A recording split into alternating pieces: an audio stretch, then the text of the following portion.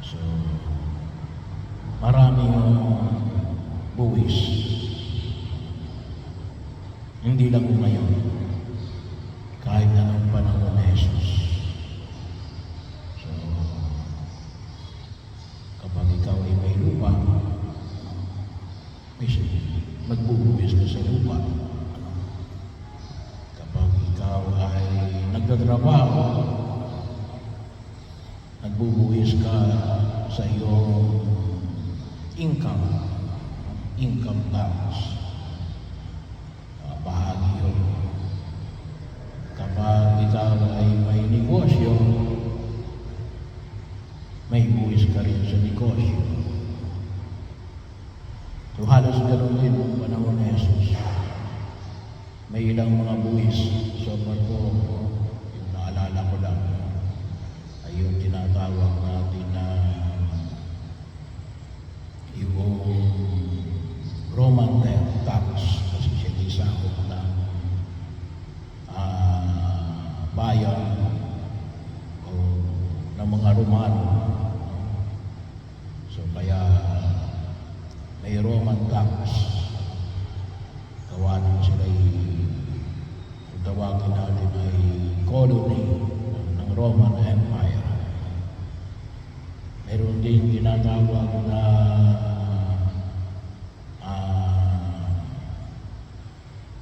yung tax ng local government, yung Herod tax. Bahagi rin yun ng kanilang binabayaran. Sa Ebanghelyo, maliwanag ito natin. Ito ay kung tawagin natin ay temple tax. Bahagi yun. So bilang mga Hudyo, bilang mga mananampalataya, ito ay para sa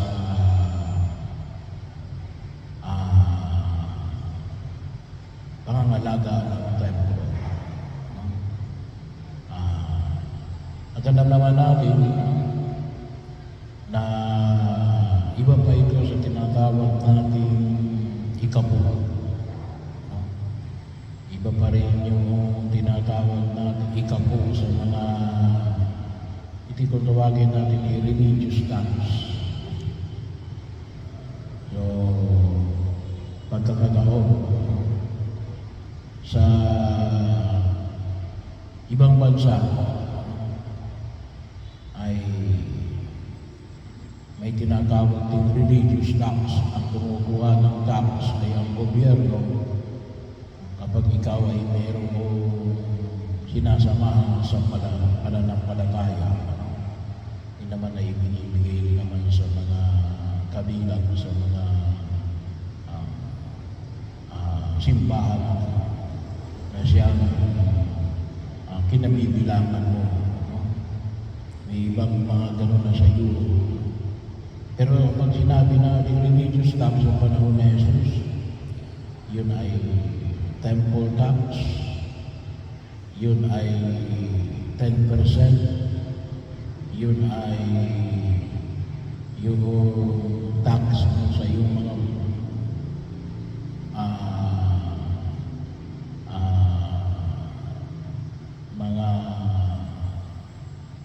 iyong naisaka, kung ano yung tanim mo, at mayroon pa rin yung tinatawag natin na yung mga iniaalay sa templo. No? Katulad halimbawa na kapag bagong panganak, no? Nag-aambot sa templo, form din yun na tinatawag ng tax. So marami. At ang usapan dito yan temple tax. Kaya ang tanong na Jesus yan dapat ba magbayad ang mga dayuhan o ang mga mamamayan? Kasi nga puntusin kay Jesus yun. Kasi siyang anak ng Diyos. Pero anong sabi ko dito? Na para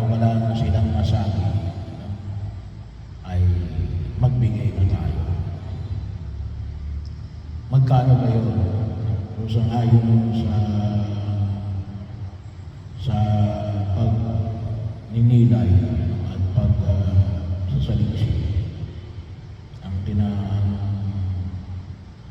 Ang halaga ay yung tinatawag namin 1/2 shekel. Magkano ang 1/2 shekel ng panahon na yun? Ay di yung 2 days na sahod. So ngayon, kung tawagin natin ay 1,400. Yun eh, for the whole year na.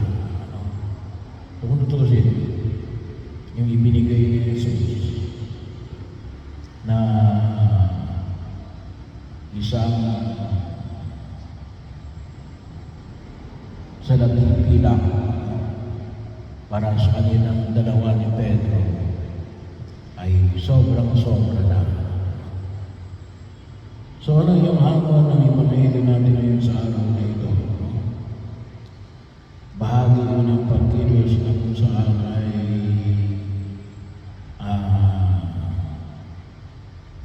ipinamamanin ni Jesus na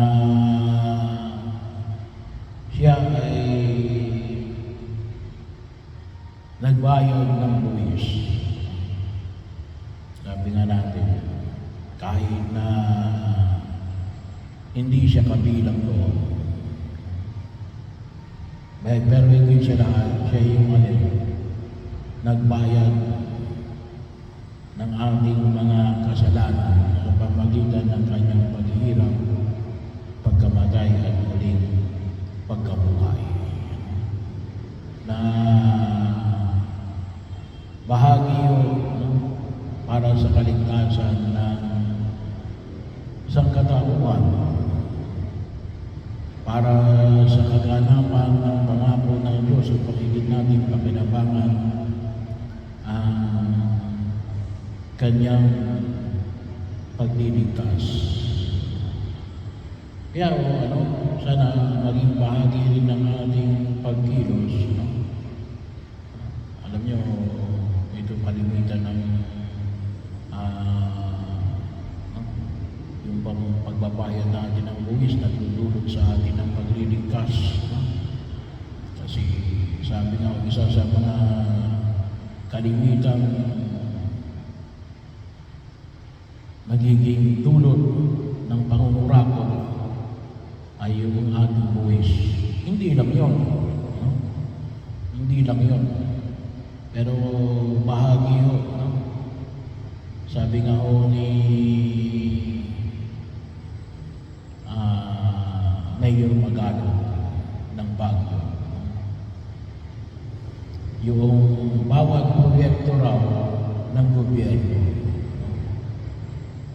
ay kung tutuusin, 30% lang. Hindi 30% yung kickback, 30% lang. Kung halimbawa 1 million yan, yung isang project, yung napupunta lamang sa project ay 300,000 lang. Yung 700,000 saan napupunta? Sa Curaco.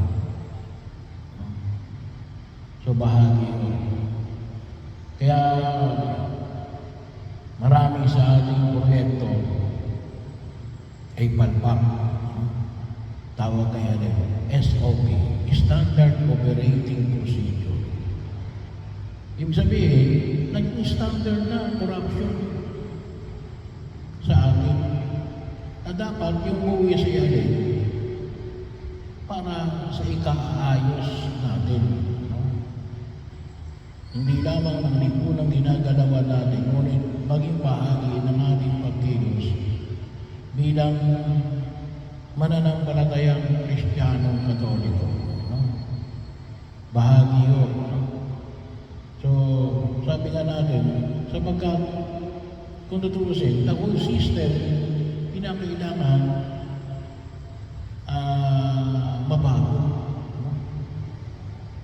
minsan sa mga katekista, ay naging bisita namin si mayor ko ng Siniluan. Yun kasi sumusuporta sa mga katekista. Ang sabi niya,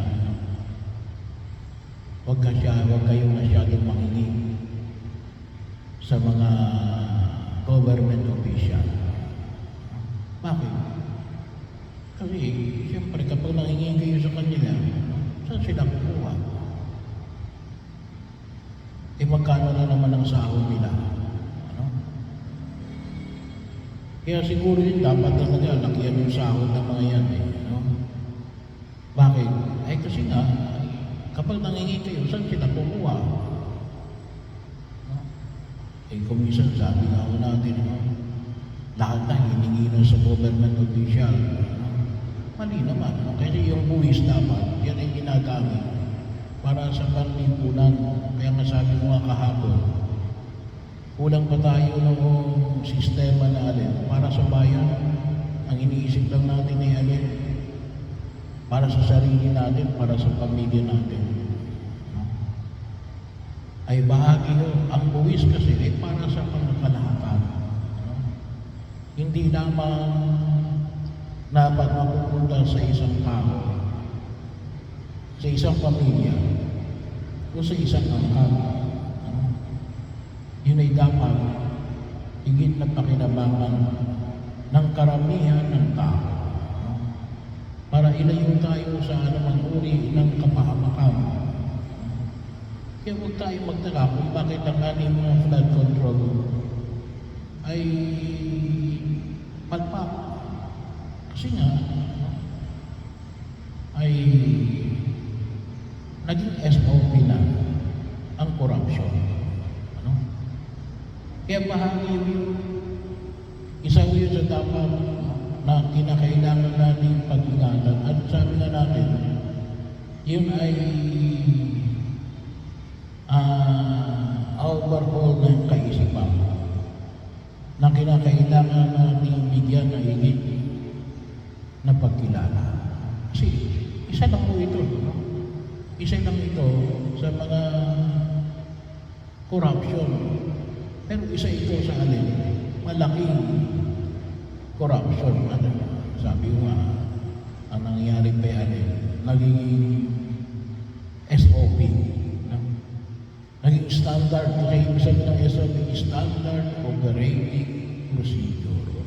Mabigat yun eh. Bahagi yun, naging pamantayan na ng pagkilos. Ibig sabihin, kasi kapag wala kang ikukurap, wala kang ipamimigay. Kapag wala kang ipamimigay, hindi ka mananalo. Ay, bahagi yun. Kaya kinutusin, medyo malaki yung hamon ng pagkilos na kinakailangan nating baguhin. Kapag pinag-usapan natin, ay buwis. Ang buwis ay para sa ikaayos ng bayan at ikaayos ng pagkilos natin. Iba pa rito yung yung tinatawag natin yung pwedeng pag-usapan natin ng buwis na para sa ating simbahan. Kaya kung sabi nga ako natin, ako ay kahit pa paano, nire-report ko kung ano yung nakukuha natin. Magkaroon tayo ng tinatawag nating transparency. Pero sabi ko nga, isa rin pagkukulang natin mga Katolikong Pilipino ay yung manghingi para sa ikabubuti ng ating libur. Marami tayong gusto ikawin. Hindi natin magagawa yun kapag hindi tayo manghihingi. Kaya nga, sabi ko nga, mayroon sa ating buhay katiwala. Attempt yun Attempt yun. Form of temple tax din yun yung pinagawa natin kay Sister S. Kaya lang nahiya tayo. Pero bahagi ko sana yun. Kasi, sabi ko nga, bakit natin ginagawa? Kasi yung nagbibigay lang ngayon ay alay, yung nagsisimba. Paano hindi nagsisimba? No? Kulang tayo sa paliwanag at kulang tayo na makita yung si Jesus na nagbayad nga, kahit na anak siya ng Diyos, no? Na buwis na para sa templo, no? Bahagi yun na makita ko natin, hindi lamang sa ikahiya, ngunit para ipakita natin, ito'y para sa bayan ng Diyos. No? Wala akong problema. Sabi nga natin, kaya may ebanghelyo noong kahapon din, mag-impok kayo ng kayamanan sa langit. Ano? Hindi. No? Ang nagiging pamantayan natin ay mag-impok kayo ng kayamanan dito sa lupa. No? Pero sabi ko nga, yun ay may dalawang bahagi. No? Kinakailangan natin ipaliwanag ang kahalagahan ng pagbabayad ng buwis at gamitin natin ng maayos ang mga nakilak natin na buwis para sa ikaliligtas ng sambayanan at sa ikaluluhagi